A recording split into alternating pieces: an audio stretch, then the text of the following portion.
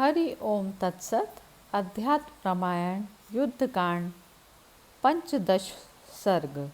श्री राम राज्य अभिषेक। जेहि के जेहि पर सत्य स्नेहु, सोते ही मिलाई ना कछु संदेहु।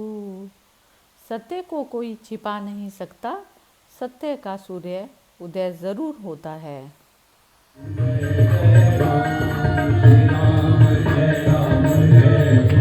महादेव जी पार्वती जी से बोले। फिर केकई पुत्र भरत जी ने शीश झुकाए अंजलि बांधकर अति भक्तिपूर्वक ज्येष्ठ भ्राता राम जी से कहा, हे राम, आपने मुझे राज्य दिया था, इससे मेरी माता का सत्कार हो चुका। अब जैसे आपने मुझे दिया था वैसे ही मैं आपको ये वापस सौंपता हूँ। ऐसा कह उन्होंने चरणों में भक्तिपूर्वक साष्टांग प्रणाम कर केकई और गुरुजी के सहित बहुत कुछ प्रार्थना की। तब अपनी माया को आश्रय कर सब प्रकार की मनुष्य लीलाएं करने में प्रवृत्त हुए भगवान राम बहुत अच्छा कह भरत जी से राज्य ले लिया। जिन्हें हर समय स्वर्गीय राज्य का अनुभव होता है, उन एकमात्र सुख और ज्ञान स्वरूप समस्त विषय आनंदों से रहित परमानंद मूर्ति परमात्मा जगदीश्वर को तुच्छ मानवी राज्य से क्या काम है, जिनके भ्रुकुटी विलास मात्र से तीनों लोग एक क्षण में नष्ट हो जाते हैं, जिनकी कृपा से इंद्र की राज्य लक्ष्मी प्राप्त होती है तथा जिन्होंने लीला से ही यह मान सृष्टि रची है, उन लक्ष्मीपति के लिए यह अयोध्या का राज्य कितना है। तथापि अपने भक्तों की कामनाओं को सदैव पूर्ण करने के लिए वे माया मानव देह से सर्वदा सभी कुछ अभिनय करते हैं। तब शत्रुघ्न जी की आज्ञा से कुशल नाई बुलाया गया और रघुनाथ जी के राज्याभिषेक के लिए सामग्री इकट्ठी की गई। पहले भरत जी ने और फिर महात्मा लक्ष्मण जी ने स्नान किया। उसके बाद वानर राज सुग्रीव और राक्षस राज विभीषण नहाए। फिर जटाजूट के कट जाने पर श्री रघुनाथ जी ने स्नान किया और रंग बिरंगी मालाओं, अंगरांगों तथा बहुमूल्य वस्त्रों से सुसज्जित हो वे अपनी कांति से देदीप्यमान होकर विराजमान हुए। महामती लक्ष्मण और भरत ने श्री रामचंद्र जी को विभूषित कराया और राज महिलाओं ने सीता जी का श्रृंगार किया। उन्होंने उस सुंदरी को नाना प्रकार के बहुमूल्य वस्त्र और आभूषणों से सुसज्जित किया। इसके बाद पुत्र वत्सला शोभामयी कौशल्या जी ने अति प्रसन्न होकर समस्त वानर पत्नियों का भी श्रृंगार कराया। इसी समय शत्रुघ्न जी की आज्ञा से बुद्धिमान सुमंत्र ने सूर्य के समान तेजस्वी रथ जोड़कर सामने ला खड़ा किया। तब सत्यपरायण भगवान राम उस रथ पर चढ़े।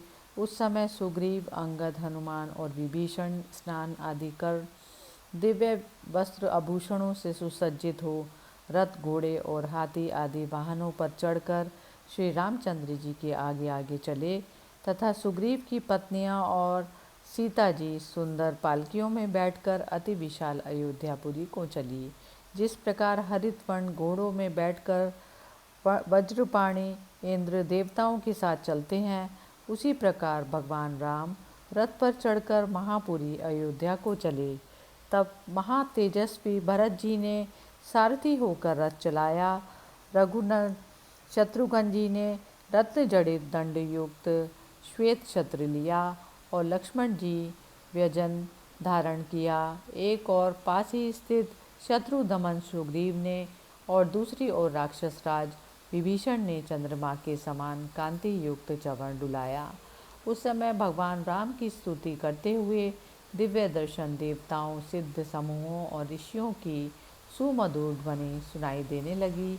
वानरगण मनुष्य रूप धारण कर हाथियों पर सवार हुए। इस प्रकार रघुश्रेष्ठ भगवान राम सहनाई, शंख, मृदंग, ताशे और नगाड़े आदि बाजों के घोष के साथ भली प्रकार सजाई हुई अयोध्यापुरी में गए। उस समय पूर्ववासी लोग श्री रघुनाथ जी को आते देखने लगे।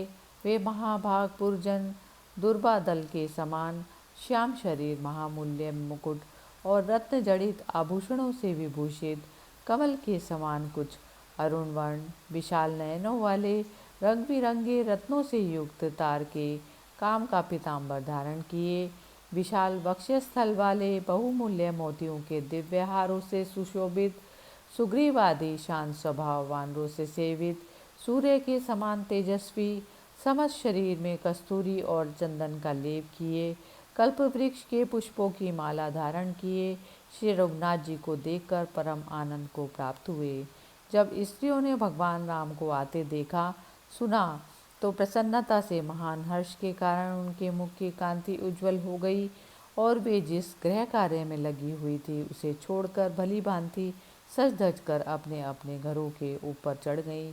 सुमधुर मुस्कान के से जिनका मुख मनोहर हो रहा है, वे पुर नारियाँ सबके नयनानंद स्वरूप भगवान राम को देखकर फूलों की वर्षा करने लगी और फिर उन्होंने नेत्र और मन को प्रिय लगने वाली उस आनंदमयी मूर्ति को नेत्रों द्वारा हृदय में ले जाकर मन से आलिंगन किया। इस प्रकार विष्णु स्वरूप भगवान राम दूसरे प्रजापति के समान मुस्कान युक्त मनोहर दृष्टि से अपनी प्रजा को देखते हुए धीरे धीरे भली प्रकार सजाए हुए अपने पिता के इंद्र भवन के समान महल में गए। राजमहल के भीतर जाकर श्री रामचंद्र जी ने अति प्रसन्न चित्त से अपनी माता के चरणों की वंदना की और फिर उन रघुवंश शिरोमणि प्रभु ने क्रमशः सभी भी माताओं को भक्तिपूर्वक प्रणाम किया। तब सत्य पराक्रमी भगवान राम ने भरत जी से कहा, मेरा सर्वसम्मति युक्त श्रेष्ठ महल मेरे मित्र वानरराज सुग्रीव को दे दो और सबके लिए भी सुखपूर्वक रहने योग्य महल बनाओ। श्री रघुनाथ जी की आज्ञा पाकर भरत जी ने वैसा ही किया।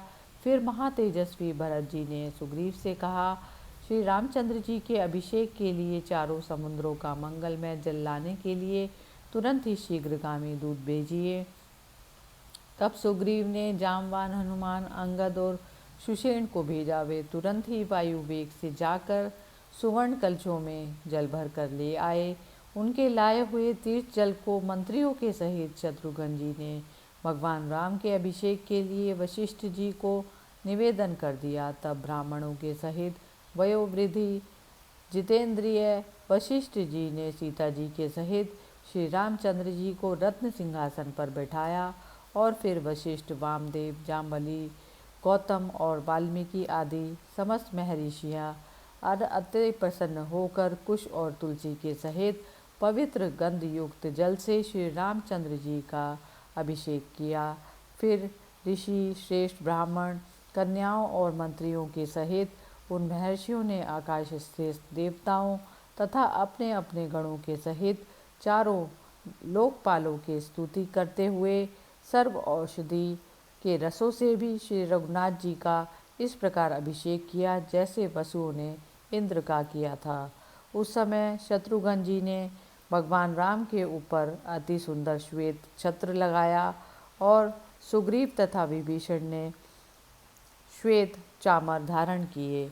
इंद्र की प्रेरणा से वायु ने सुवर्णमयी माला दी और फिर स्वयं इंद्र ने भी अति भक्तिपूर्वक महाराज राम को एक संपूर्ण रत्नों से युक्त और मणि तथा सुवर्ण से विभूषित हार दिया। उसके बाद देवता और गंधर्वों ने गान आरंभ किया और अप्सराएं नृत्य करने लगी तथा आकाश से देव दुदुम्बियों के घोष के साथ पुष्पों की वर्षा होने लगी।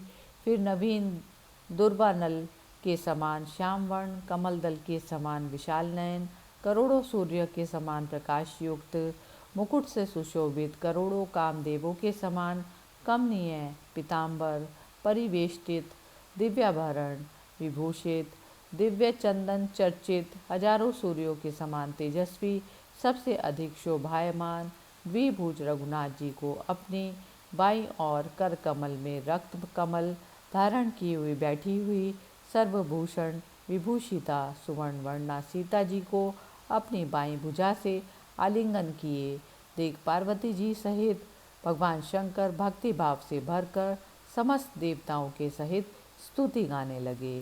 श्री महादेव जी बोले, नीलकमल के समान सुकोमल श्याम शरीर वाले, किरीट हार और भुजबंद आदि से विभूषित तथा अपनी शक्ति श्री सीता जी के सहित सिंहासन पर विराजमान महातेजस्वी श्री रामचंद्र जी को नमस्कार है। हे राम, आप आदि अंत और मध्य से रहित अद्वितीय है। अपनी माया से आप ही संपूर्ण लोकों की रचना, पालन और संहार करते हैं, तो भी उससे लिप्त नहीं होते, क्योंकि आप निरंतर स्वानंद मग्न और अनिंद्य है। अपनी माया के गुणों से आवृत होकर आप अपने शरणागत भक्तों को मार्ग दिखाने के लिए देव, मनुष्य आदि नाना प्रकार के अवतार लेकर विचित्र लीलाएं करते हैं। उस समय सदा ज्ञानी जन ही आपको जान पाते हैं। आप अपने अंश से संपूर्ण लोकों की रचना करके उन्हें शेष रूप होकर नीचे से धारण करते हैं तथा सूर्य, वायु, चंद्र, औषधि और वृष्टि रूप होकर उनका नाना प्रकार से ऊपर से पालन करते हैं। आप ही जठरा अग्नि होकर प्राणापान पांचों प्राणों की सहायता से प्राणियों के खाए हुए अन्न को पचाकर उसके द्वारा सर्वदा संपूर्ण जगत का पालन करते हैं।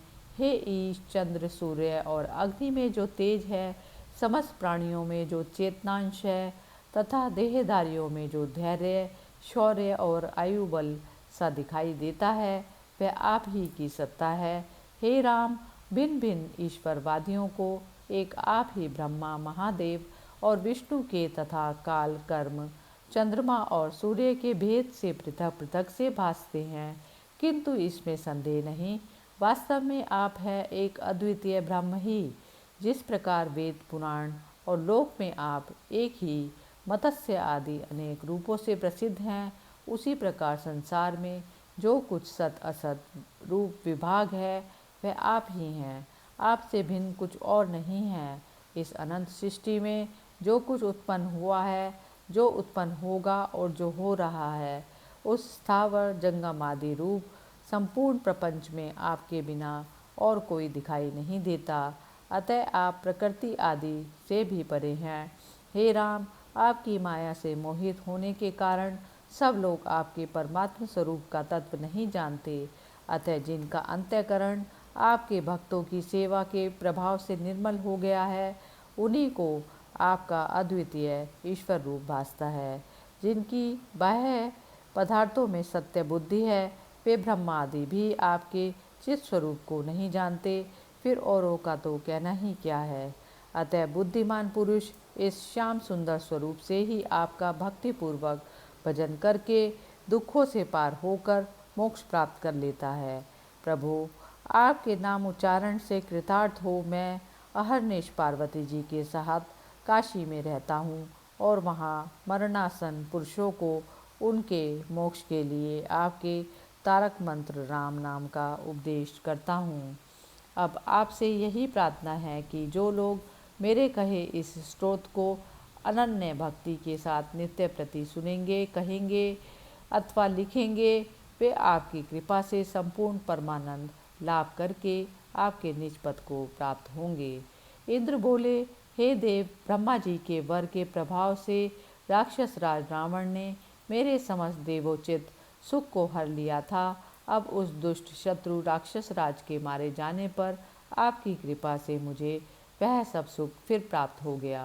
देवगण बोले, हे मुरारे, हे विष्णु, इस दुष्ट आदि दैत्य ने ब्राह्मणों द्वारा दिए हुए हमारे समस्त यज्ञ भागों को हर लिया था। अब आपने उसे मार डाला, अतः आपकी कृपा से अब हमें फिर पहले के समान ही यज्ञों में भाग मिलने लगेंगे। पितृगण बोले, हे महात्मन, यह दुष्ट दैत्य गया आदि पुण्य क्षेत्रों में मनुष्य के दिए हुए हमारे पिंडोदक क्रिया को और बलात् छीन कर खा लेता था। आदि आज अपने इसे मार डाला, अतः अब अपना भाग प्राप्त करके हम फिर शक्ति प्राप्त कर लेंगे। और यक्ष बोले, हे रघुनाथ जी, यह रावण हमें बलात् बिगाड़ में लगा देता था और हम इसकी पाल की आदि में जुत कर बड़ा कष्ट मानकर इसे ले चलते थे। अतः आज इस दुरात्मा को मारकर आपने हमें अनेकों दुखों से छुड़ा दिया। गंधर्व बोले, प्रभो, हम संगीत कुशल लोग आपकी अमृत तुल्य कथाओं का गान करते हुए पहले आनंद अमृत समूह से युक्त होकर मग्न रहते थे, किंतु फिर दुरात्मा रावण द्वारा आक्रांत होकर हम उसी के गुणगान और उसी की सेवा में तत्पर हो गए। इस दुष्ट राक्षस को मारकर अब आपने हमें भी बचा लिया।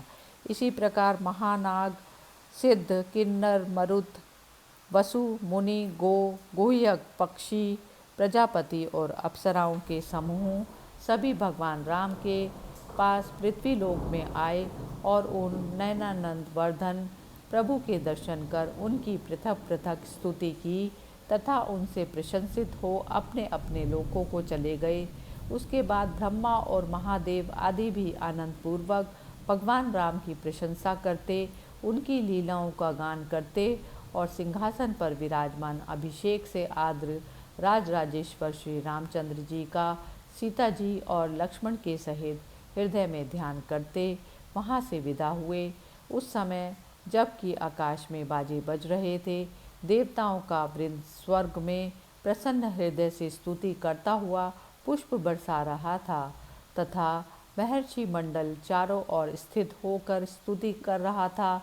करोड़ों सूर्यों के समान प्रकाशमान प्रसन्नता युक्त मुस्कान से मनोहर मुख वाले श्याम सुंदर भगवान राम, सीता, लक्ष्मण, हनुमान, मुनिजन तथा वानरों गणों से सेवित होकर अत्यंत सुशोभित हुए।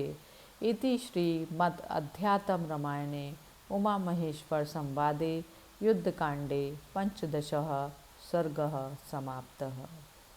हरि ओम तत्सत्।